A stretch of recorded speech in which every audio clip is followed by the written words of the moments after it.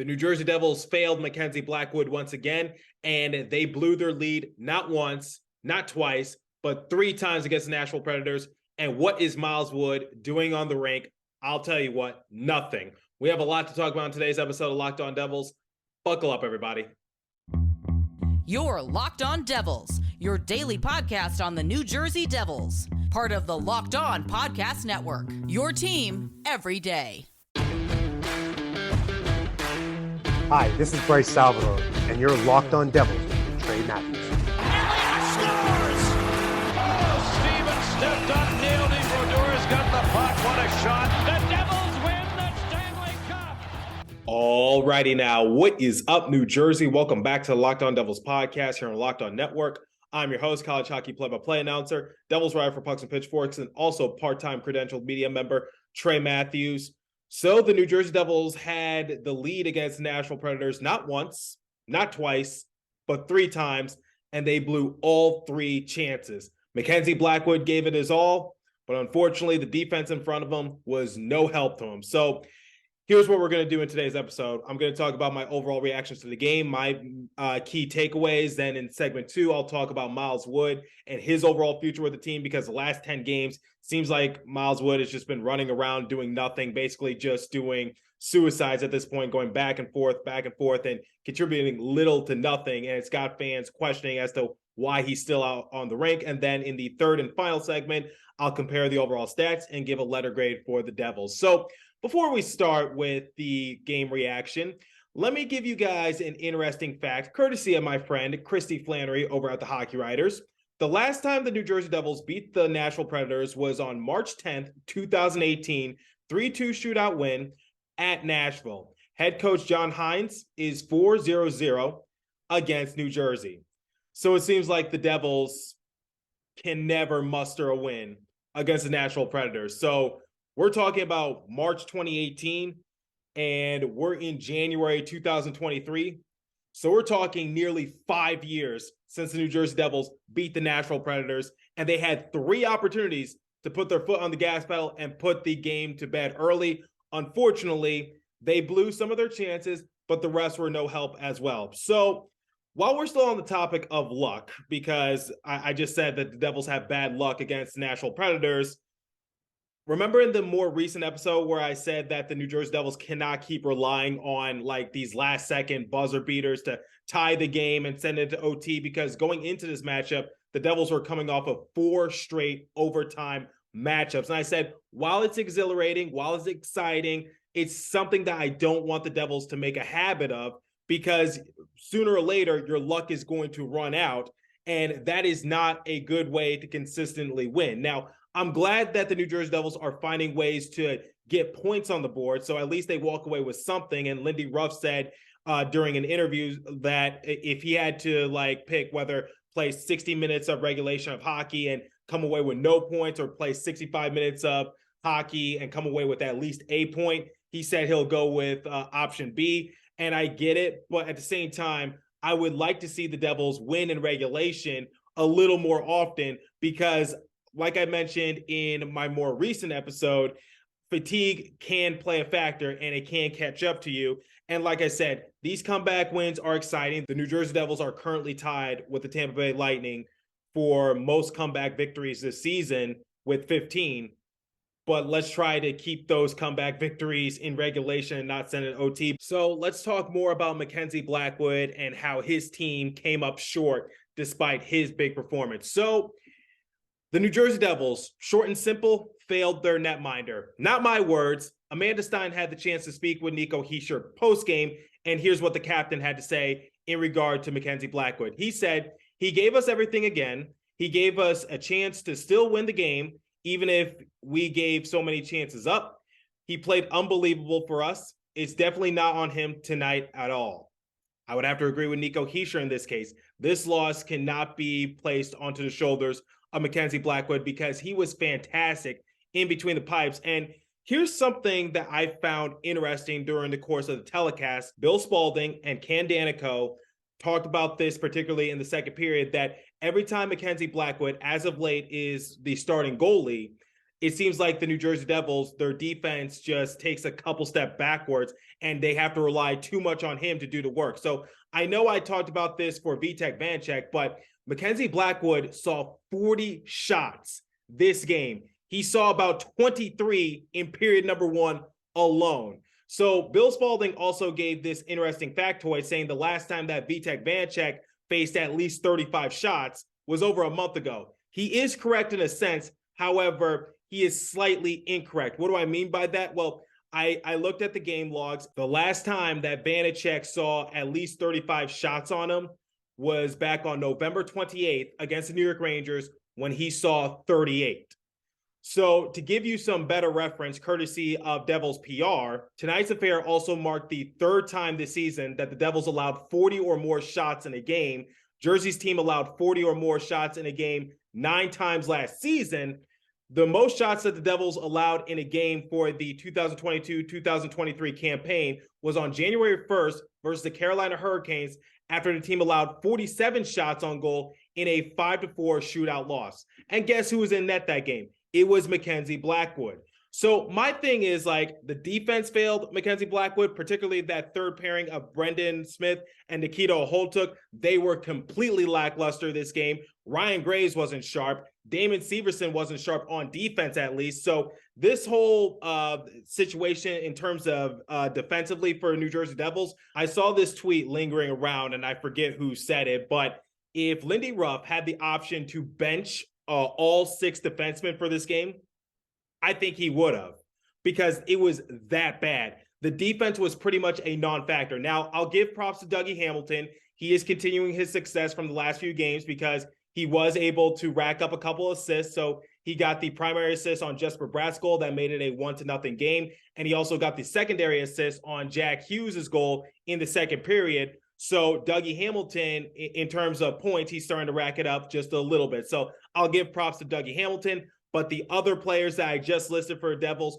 not too sharp in this matchup, just turnover after turnover after turnover. So the Devils had 10 giveaways this game, and 7 of them were committed by our defensemen. And if you look back at some of those goals scored by the Nashville Predators, you can see the Devils just getting way too sloppy, whether it's in their defensive end, whether it's in neutral zone, whatever the case might be. The Devils just did not handle the puck all that well. They gave the Nashville Predators too many odd man rush situations, and there were too many times in which Mackenzie Blackwood, it was just him or a Nashville Predator skater, and he had to try to save it point blank, or they would score it for the goal. So the defense in front of Mackenzie Blackwood failed him big time. And it's not fair to Mackenzie Blackwood because, like I just said, I talked about that Carolina Hurricanes game in which he saw 47 shots. Now that did go into OT and later to a shootout, so that adds to it just a little bit more. But remember, the last time that Mackenzie Blackwood suited up in the game for the Devils was against the Seattle Kraken just a few days ago, and it was the same situation. Mackenzie Blackwood was seeing a lot of shots come at him, and he was getting no help. So as you guys know, I am definitely not opposed to getting rid of Mackenzie Blackwood because I just don't think he has justified his reasoning to stay much longer, because I just don't feel comfortable re-signing him to a 3-year extension. However, I'm not heartless. I like to consider myself a fair person, and this is unfair for Mackenzie Blackwood because he's trying to fight for his job security, and the defense in front of him is not helping. So it's just like I said it in a couple episodes ago, in which I said that when Vitek Vanecek has to step up his game, when he has to keep the Devils in the game, the Devils always find a way to win. Yet when Mackenzie Blackwood has to do it, it seems like the Devils always find a way to lose, and it doesn't make him look good. So I think this is very unfair for Mackenzie Blackwood. He's fighting for his job security. He's trying to make a case as to why he should be given an extension. He is going to become a restricted free agent. So once again, I would like to see Mackenzie Blackwood get some decent help, and then I'll judge him from there. But in terms of just seeing this overall game, this was just the epitome of the Devils just failing Mackenzie Blackwood somehow, some way. Bill Spalding and Ken Danico also talked about this in period number 2, which is Bill acknowledged what I've been acknowledging on this show, which is Mackenzie Blackwood is getting no help whereas Vitek Vanacek seems to be given some extra insurance. So Bill Spalding asked former New Jersey Devil Ken Danico, like, is this like, what do you do in this situation? Like, is this by design? Like, what goes through the players' heads? Basically, he was just trying to get Ken Danico's opinion on the matter. And Ken Danico really had no answer, because it's as simple as this, which is, it's just circumstance. You just don't really know. And he described it as sort of like a pitcher in baseball that gets no run support. So I think that's a decent example to use.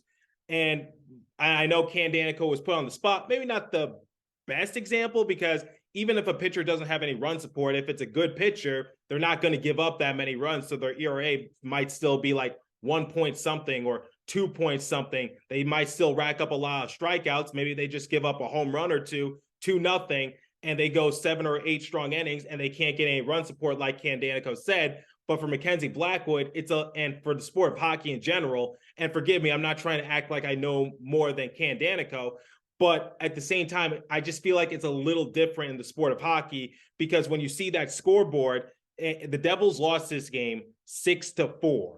And if you're just like scoreboard watching and you see Mackenzie Blackwood is in net, and given the history of Mackenzie Blackwood, people are just going to be quick to blame Mackenzie Blackwood, and that's not fair to him. So, like I said, I love the example from Ken Danico. Still needs a little bit of adjusting. I think it's a decent example, like I just said, but at the same time, I get where he's coming from. So, I do want to just let the Devils off the hook for one instance, because the referees certainly weren't helping Mackenzie Blackwood. So the first goal led up by the New Jersey Devils that came from Cody Glass, the referees completely screwed Mackenzie Blackwood, because they assessed him a tripping penalty. So thus that put the Nashville Predators on the power play, and they were able to capitalize on their man advantage. So I looking at the replay, I just think that was an unfair penalty assessed to Mackenzie Blackwood, because he was just searching for the puck, and it was wrong place, wrong time for Nashville, and they just tripped over him. And thus, that's what happened. That's just hockey. I don't think that was justified to give Mackenzie Blackwood a tripping, because I think you completely screwed him. Like, you put him at an unfair and his team at an unfair disadvantage. So I get that tripping happens, but at the same time, he's the goalie. He's supposed to be searching for the puck. He's supposed to be covering it up. It didn't look like he left his post or anything. And it was just, like I said, it was just like wrong place, wrong time. So that's my opinion. I don't think Mackenzie Blackwood deserved a tripping in this case. So we're going to talk about Miles Wood and what I feel as though the New Jersey Devils should do with him going forward. But before we continue with today's episode, I want you guys to make some extra cash, especially with the NFL playoffs rolling around. So we at Locked On are really excited to announce our new sports betting partner, and they're the #1 sports book in America. It's FanDuel. And if you're new to FanDuel, that's even better. They have so many great features that make betting on sports fun and easy. New customers join today and get started with $150 in free bets guaranteed when you place your first $5 bet, and just sign up at FanDuel.com/lockedon. FanDuel has you covered for your favorite bets, from the money line to point spreads to player props. Plus, you can even combine your bets for a chance at a bigger payout with a same-game parlay. So you know the drill. Visit our friends at Locked On Bets for all your betting needs there as well. And please remember to gamble responsibly. Okay, let's talk about Miles Wood. What's up with Woody? Because the last 10 games, Miles Wood has put up nothing but zeros on the board. So the last time he was able to register a point in a game for the Devils was back on January 4th against the Detroit Red Wings. So a lot of people, and I actually put a poll on Twitter that's still live, I asked, like, should the New Jersey Devils make Miles Wood a healthy scratch? Because, like I just said, these past few games, he's been putting up nothing but zeros, and you guys voted, and the result at this point, out of 231 votes, 74% of you say yes, 15% of you say no, 11% of you say unsure. So my overall thing for Miles Wood is that it's been definitely kind of slow for him, and I think it's getting into his head a little bit. So if you guys missed the last couple trade discussions I've been doing with Jersey Joe, it could quite possibly be Miles Wood's last few games as a New Jersey Devil, because these trade talks for Timo Meier, they're starting to gain traction, and they're talking about it on TSN, they're talking about it on NHL.com, NHL Network. Experts are putting out their overall thoughts, and they think that the New Jersey Devils are legitimately in the running, or maybe for a few other players. So we talked about some potential options in Vancouver, but digressing a little bit, if the Devils are serious about re-signing Jesper Bratt and also getting a top-notch player to help them make a deep playoff run, then some players are going to have to go. Just a matter of circumstance. So I just talked about Mackenzie Blackwood. He's set to become a restricted free agent. Damon Severson is set to become an unrestricted free agent. But one player that we have not been talking about in particular is Miles Wood, because remember, he signed a one-year extension with the Devils, and it was to be expected because no other teams were going to basically put an offer out for him just because he was coming off of hip surgery. So my overall thing for Miles Wood is simply this. It might be getting into his head just a little bit, knowing that the trade deadline is fast approaching. He might be playing his last few games as a Devil. And also keep in mind, Nathan Bastian was only recently integrated back into the lineup. So my thing for Miles Wood is simply this. Do I think he should be a healthy scratch? In my opinion, I say wait a few more games. So I think the overall thought process that people have is that the New Jersey Devils don't want to scratch Miles Wood simply for this reason. It's just because they think that Tom Fitzgerald is worried about his trade stock dipping if other opponents see that he's just a healthy scratch, whatever the case might be. I don't think that's necessarily true. I think they're just trying to wait for Nathan Bastian to get his footing underneath them, because like I said a few episodes ago, it took Andre Palat 9 or 10 games to get his first goal since returning from injury. And prior to that, the last time he scored was back in October. So I think they're just trying to take it easy and just try to reunite Miles Wood and Nathan Bastian, Michael McLeod. It hasn't been a pleasant reunion, but let's just give it a few more games, or at least give it one more game for a Dallas Stars game. Then we go into the All-Star break and then we go from there. So just putting that out there. But ultimately, how much longer can the Devils wait? Well, I really don't know. But I think Miles Wood and his job security is in trouble just a tad bit, because it is a little concerning the fact that Miles Wood, who's supposed to be an impactful player for the team, has gone his last 10 or so games without registering a point. So I would like to see Miles Wood contribute just a little bit more. And that's something we're talking about, which is our overall struggle at depth. And here's something else I want to touch on while we're still on the subject. When looking at the New Jersey Devils and the lines that they rolled out for this game, they made some slight adjustments. So Eric Haula was finally moved down to the third line as the starting center. Jack Hughes, Yegor Sharangovich, and Fabian Zetterlund were put onto the same line. Now, that line got off to a pretty decent start, but it fell off just a little bit. If I had to make an adjustment to it, I would put Fabian Zetterlund on the third line, because I think he would mesh better with Tomas Tatar and also Eric Haula. And Dawson Mercer, we were able to see his true impact this game.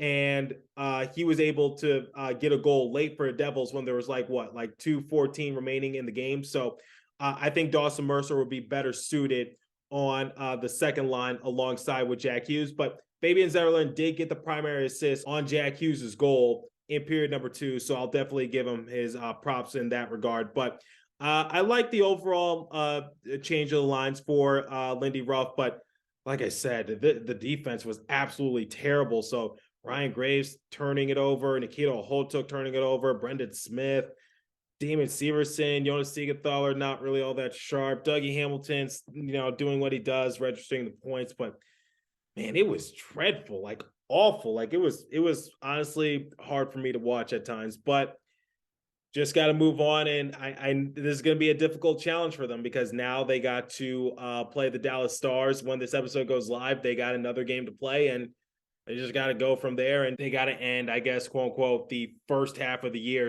because it's the All-Star break is fast approaching. they just got to go into this final game and then just try to end on a high note, and then it's all gas, no brakes once the All-Star game concludes and the Devils make that dash to the finish line. So like we do with every post-game recap, I'm going to compare the overall stats and then give the Devils a letter grade. So shots on goal differential, 41-39 in favor of the Predators. So at least the Devils were close in that regard, but giving up 22 or 23 shots on goal in period number 1, that's unacceptable. Give Mackenzie Blackwood a chance and give him some help. Face-off percentage, 59% to 42% in favor of the Devils. Power play, Devils were 0 for 2. Predators were 1 for 2. And like I said, I think Mackenzie Blackwood and company were screwed on that power play goal. I talked about that enough. Hits, 29-19 in favor of the Predators. Blocks, 17-15 in favor of the Preds. Giveaways, Predators 14-10. However, like I said, out of those 10 giveaways, 7 were caused by the New Jersey Devils' defensemen. So if I had to give a letter grade for this matchup for Devils, I'm going to have to give them a D+ because this was absolutely sloppy. It was an absolute crap show. It was bad. And the overall defensive execution was not there. And like I said, if Lindy Ruff had the choice to bench all 6 defensemen, I think he would have, quite honestly.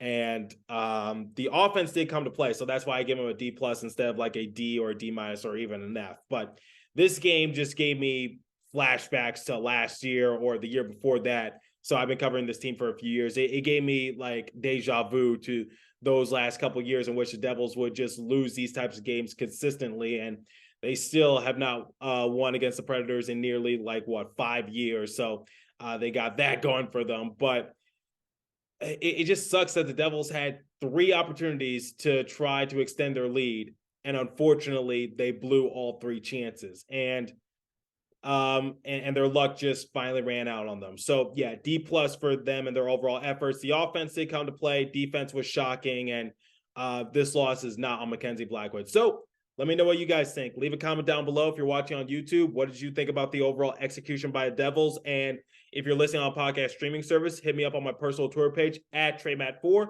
or the show's Twitter page at Locked On Devils. As for today's episode, that's all the time I have for you. So continue to stay safe. Have a wonderful day, New Jersey. Go Devils. I'll catch you guys in the next episode. Thanks for listening once again.